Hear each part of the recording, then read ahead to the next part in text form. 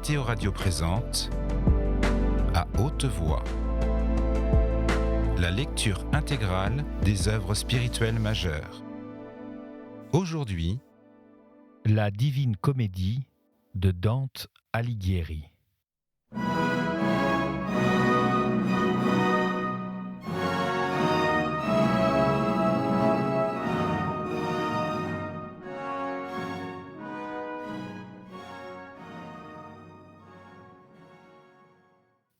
Chant 32e. Tant étaient mes yeux fixes et attentifs pour étancher une soif de 10 ans, qu'éteints étaient tous mes autres sens, et ne se souciaient d'aucun autre objet, les yeux absorbés dans la splendeur sainte qui les attirait avec l'antique raie, comme lorsque par force me firent tourner le visage vers ma gauche ces déesses, qui me dirent que je regardais trop fixement. Et cet éblouissement qu'éprouvent les yeux que le soleil vient de frapper me priva quelque temps de la vue. Mais après qu'elle se fut un peu raffermie, je dis un peu par rapport à l'abondante lumière dont je m'étais par force éloigné, je vis qu'à droite la glorieuse armée s'était retournée et s'en allait ayant en face les 7 flammes et le soleil. Comme sous les boucliers pour se sauver une bande tourne le dos et sur soi volte avec l'étendard, avant que tout ordre ait pu se changer, cette milice du céleste royaume qui précédait défila toute avant que le timon ployât le char. Puis, près des roues, se replacèrent les dames et le griffon mu par le char béni, de manière cependant que pas une peine ne s'agita. La belle dame qui m'avait tiré au passage, Estas et moi, nous suivions la route qui trace son orière dans un arc plus étroit. Ainsi, traversant la haute forêt, vide par la faute de celle qui crut le serpent, un chant angélique réglait le pas. Peut-être avions-nous parcouru 3 fois l'espace d'un trait de flèche, lorsque Béatrice descendit. Je les ouïs tous murmurer « Adam ». Puis ils entourèrent un arbre dépouillé de fleurs et de feuillage en tous ses rameaux. Sa chevelure, qui s'étend d'autant plus que plus elle s'élève, serait par sa hauteur admirée des Indiens dans leur forêt. Heureux es-tu, griffon, que point de cet arbre ton bec ne détache le fruit doux au goût, car ensuite tristement se tord le ventre. Ainsi, autour de l'arbre robuste crièrent tous les autres, et l'animal biforme, par là se conserve la semence de tout juste. Et se tournant vers le timon qu'il avait tiré, il amena le char au pied de l'arbre veuf, il l'y laissa lié avec un de ses rameaux. Comme nos plantes, lorsque dessus tombe la grande lumière mêlée à celle qui rayonne derrière la célèbre Lasca, se gonfle et chacune d'elles ensuite se revêt de nouvelles couleurs, avant que le soleil ait conduit ses coursiers sous un autre signe, ainsi s'ouvrant, l'arbre dont les branches étaient nues auparavant, se revêtit de nouveau d'une couleur moins semblable à celle des roses qu'à celle des violettes. Je n'entendis point, et ici-bas ne se chante l'hymne que cette troupe alors chanta, et je n'en soutins pas jusqu'au bout l'harmonie. Si je pouvais retracer comment, à l'ouïr de Syrinx, s'assoupirent les yeux impitoyables, les yeux auxquels le plus veillé coûta si cher, comme un peintre qui dessine d'après un modèle, je peindrais comment je m'endormis, mais le fasse qui bien saura représenter le sommeillé. Je passe donc au moment où je me réveillais, et je dis que pour moi déchira le voile du sommeil une vive splendeur et une voix qui m'appela « Lève-toi, que fais-tu » tel que conduit pour voir les fleurs du pommier qui de son fruit rend les anges avides et entretient dans le ciel un festin perpétuel, Pierre et Jean et Jacques assoupis se réveillèrent à la parole par laquelle furent rompus des sommeils plus profonds, et virent leur troupe diminuer de Moïse et d'Élie et de leur maître la robe changée, tel me réveillai-je et je vis, debout au-dessus de moi, cette dame pieuse qui auparavant le long du fleuve avait guidé mes pas, et plein de trouble je dis « Où est Béatrice ?» Et elle, voilà, sous le feuillage nouveau, assise sur sa racine. Vois la compagnie qui l'entoure. À la suite du griffon, les autres s'en vont en haut, chantant un hymne plus doux et d'un sens plus profond. Je ne sais si son parler fut plus étendu, parce que dans mes yeux déjà était celle qui m'empêchait d'être attentif à autre chose. Elle était seule, assise sur la vraie terre, comme une garde laissée près du char que j'avais vu lié par l'animal biforme. Un cercle autour d'elle formait les 7 nymphes, ayant en main ces lumières qui sont à l'abri de l'austère et de l'aquilon. Tu séjourneras ici un peu de temps dans la forêt, puis sans fin tu seras avec moi citoyen de cette Rome dont le Christ est romain. Cependant, pour le bien du monde qui vit mal, tiens maintenant les yeux fixés sur le char, et ce que tu verras, de retour là, écris-le. Ainsi parla Béatrice, et moi qui devant ses commandements étais prosterné, où elle voulait, j'attachais l'attention et les yeux. Jamais d'un mouvement si rapide, lorsqu'il pleut, d'une nuée épaisse ne descendit le feu du point le plus éloigné, que je vis descendre l'oiseau de Jupiter à travers l'arbre, brisant non seulement les fleurs et les feuilles, mais l'écorce même. Et de toute sa force il frappa le char, qui ploya comme un navire en fortune, battu par les flots, tantôt à bâbord, tantôt à tribord. Ensuite, je vis s'élancer vers l'intérieur du véhicule triomphal un renard qui paraissait à jeun de toute bonne pâture. Mais en lui reprochant ses laides fautes, Madame le fit fuir aussi vite que le permirent ses os décharnés. Puis, par où d'abord il était venu, je vis l'aigle descendre dans l'arche du char, et là, laisser joncher de ses plumes. Et telle qu'elle sort d'un cœur affligé, jouis une voix du ciel qui disait « Ô ma nacelle, combien mal elle se charge !» Puis il me sembla qu'entre les roues du char, la terre s'ouvrait, et j'en vis sortir un dragon qui, dans le char, enfonça sa queue, et comme la guêpe qui retire l'aiguillon ramenant à soi la queue maligne, la retira et s'en alla joyeux. Ce qui resta d'intact, comme de gazon se recouvre une terre vivace, peut-être à bonne et pure intention de la plume offerte se recouvrit, et en furent couverts l'une et l'autre roue et le timon, en moins de temps qu'un soupir ne tient la bouche ouverte. La machine sainte ainsi transformée, de ses parties sortirent des têtes, 3 sur le timon et 1 à chaque coin.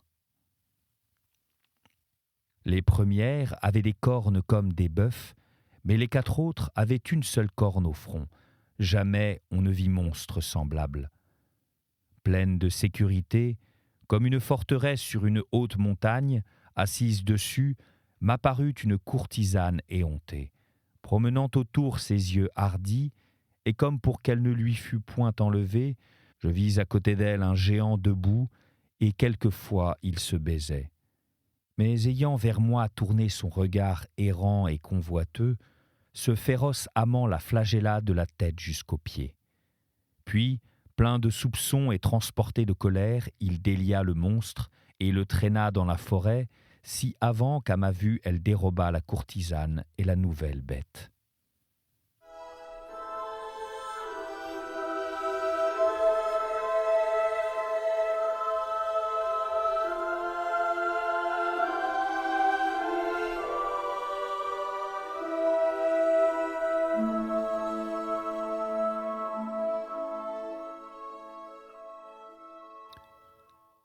Chant 33e. Deus venerut gentes, chantant à 2 chœurs, hors 3, hors 4, les dames en pleurant, commencèrent une douce psalmodie. Et avec de pieux soupirs, Béatrice les écoutait, si défaite que près de la croix, peu plus ne l'était Marie.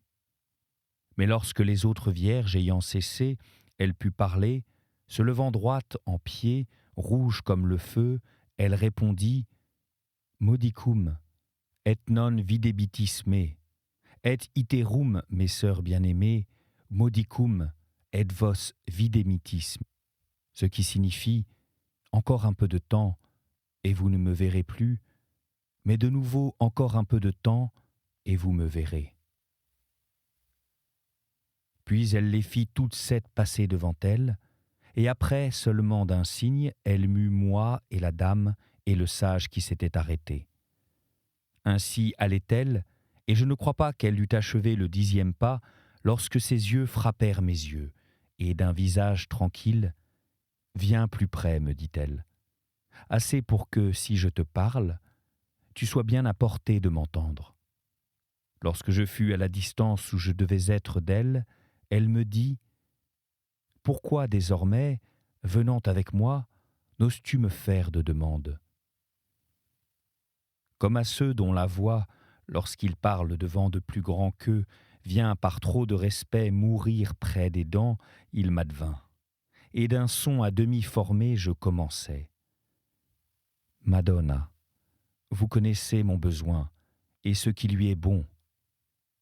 Et elle à moi. Je veux que désormais, dégagé de crainte et de honte, tu ne parles plus comme un homme qui rêve.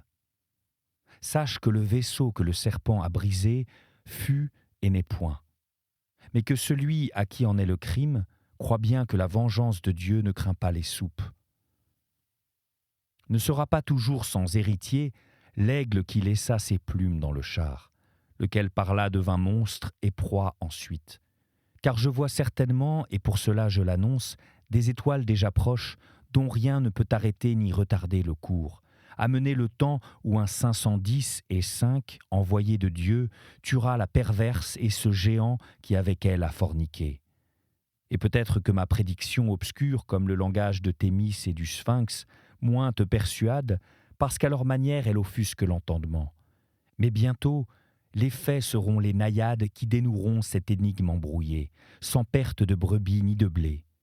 Toi, note, et telles que je les ai dites, redis ces paroles aux vivants, pour qui vivre n'est que courir à la mort. Et lorsque tu les écriras, aie soin de ne pas sceller ce que tu as vu de l'arbre qui vient d'être ici dépouillé 2 fois. Quiconque le dépouille ou le brise, par un blasphème de fait offense Dieu, qui pour son seul usage le créa saint. Pour l'avoir mordu dans la peine et dans le désir, 5000 ans et plus la première âme a aspiré à celui qui punit en soi la morsure. Bien endormie est ton intelligence, si tu ne comprends pas que par une raison singulière il est si élevé, et si ravagé dans sa cime, et si autour de ton esprit n'eussent point été l'eau d'Elsa, les pensées vains et leurs plaisirs ce que fut Pyrame au mûrier, seulement par tant de circonstances, tu reconnaîtras, selon le sens moral, la justice de Dieu dans cette défense. Mais parce que je vois que ton entendement est devenu pierre, et que dans le péché il s'éteint, de sorte que de mes paroles la lumière t'éblouit, je veux aussi que, sinon écrites, au moins peintes au-dedans de toi, tu les rapportes pour le même motif qu'on rapporte le bourdon ceint de palme. Et moi, comme empreinte par le sceau et la cire qui ne changent point la figure imprimée, ainsi mon cerveau par vous vient d'être empreint. Mais pourquoi votre parole désirée élève-t-elle son vol tant au-dessus de ma vue qu'elle la perd d'autant plus que plus elle s'efforce? Afin, dit-elle, que tu connaisses l'école que tu as suivie, et que tu vois comment sa doctrine peut suivre ma parole, et qu'aussi éloignée de la voie divine est votre voie, que la terre l'est du ciel, qui le plus haut se hâte. Sur quoi je lui répondis, « Je ne me souviens pas de m'être jamais détourné de vous, et ma conscience ne me le reproche point. » « Si tu peux t'en souvenir, en souriant, répondit-elle, rappelle-toi comment aujourd'hui tu as bu du léthé. Et si la fumée prouve le feu, cet oubli prouve clairement que coupable était ton désir de s'attacher ailleurs. Mais nues désormais seront mes paroles, autant qu'il conviendra de les découvrir à ta vue grossière. » Et le soleil plus lent brillait dans le cercle du midi, qui d'ici et de là se déplace selon les aspects, lorsque, comme celui qui pour la guider va devant une troupe, s'arrête s'il rencontre quelque chose nouvelle, s'arrêtèrent les 7 dames à l'extrémité du nombre pâle tel que, sous les feuilles vertes et noires, en offrent les Alpes près de leur froid ruisseau. Devant elles, il me parut voir l'Euphrate et le Tigre, sortis d'une fontaine et comme des amis lentement se séparer. Ô lumière, ô gloire de la race humaine, quelle est cette eau qui s'épand d'une même source et se divise en s'éloignant? À cette prière, il me fut dit, prie Mathilde de te le dire. Et alors, comme qui se disculpe d'une faute, La belle dame répondit « Cela est d'autre chose, lui ai-je dite, et je suis sûre que l'eau du Léthé ne les a pas effacées en lui. » Et Béatrice, peut-être un souci plus grand qui souvent trouble la mémoire, a obscurci les yeux de son esprit. Mais vois Eunoé qui coule là, mène-l'y, et comme tu l'as accoutumé, ranime sa force défaillante. Comme une noble âme qui point ne s'excuse, mais du vouloir d'autrui fait son propre vouloir, dès qu'un signe au dehors l'a manifesté, sitôt qu'elle m'eut pris, la belle dame se mut, et à Stas, gracieusement, elle dit « Viens avec lui ». Si j'avais, lecteur, plus de place pour écrire, je chanterais en partie le doux boire dont jamais je n'eusse été rassasié. Mais parce que pleines sont toutes les feuilles destinées à ce second cantique, ne me laisse pas davantage aller le frein de l'art. Je revins de la très sainte onde, renouvelé comme des plantes qu'une vie nouvelle a revêtues d'un nouveau feuillage, pur et préparé à monter aux étoiles.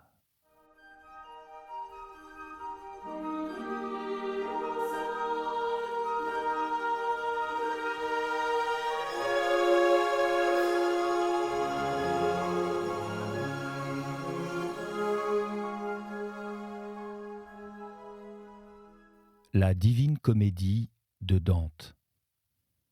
Troisième livre, Le Paradis. Chant premier. Gloire à celui qui meut tout, qui pénètre l'univers et resplendit plus en une partie et ailleurs moins. Dans le ciel qui le plus reçoit de sa lumière, je fus et je vis des choses que ne peut redire celui qui descend de là-haut. Parce qu'en s'approchant de l'objet de son désir, tant s'y enfonce notre intelligence, que la mémoire ne peut en arrière retourner si loin. Cependant, tout ce qu'en moi j'ai pu thésauriser de ce souvenir du royaume saint sera maintenant le sujet de mon chant. Ô bon Apollon, fais en ce dernier travail que de ta vertu je sois rempli autant que tu le demandes pour donner le laurier aimé de toi. Jusqu'ici, ce me fut assez d'un sommet du Parnasse, mais des deux, j'ai besoin pour entrer dans la nouvelle carrière. Viens dans ma poitrine, souffle en elle, comme lorsque tu tiras Marsyas de la gaine de ses membres.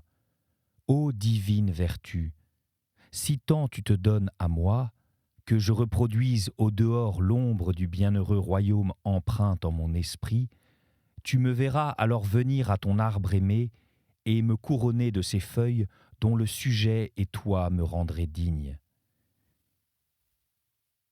Si rarement, Père, on en cueille, pour le triomphe ou d'un César ou d'un poète, faute et honte des humains désirs, qu'à joie devrait être à la radieuse déité delphique le feuillage de Pénée lorsqu'il rend de soi quelqu'un avide. Petite étincelle, allume une grande flamme. Peut-être qu'après moi, d'une voix meilleure, on priera Syrah de répondre. Par des passages divers surgit pour les mortels la lampe du monde. Mais par celui qui, avec 3 croix joint 4 cercles, il sort d'un cours plus bienfaisant en conjonction avec une étoile plus propice, et de la manière qui mieux convient, amollit et empreint la cire terrestre. Un tel lever avait fait là le matin et ici comme le soir, et là était blanc tout cet hémisphère et l'autre noir, lorsque je vis Béatrice, tournée vers la gauche, regarder le soleil. Jamais aigle si fixement ne le regarda.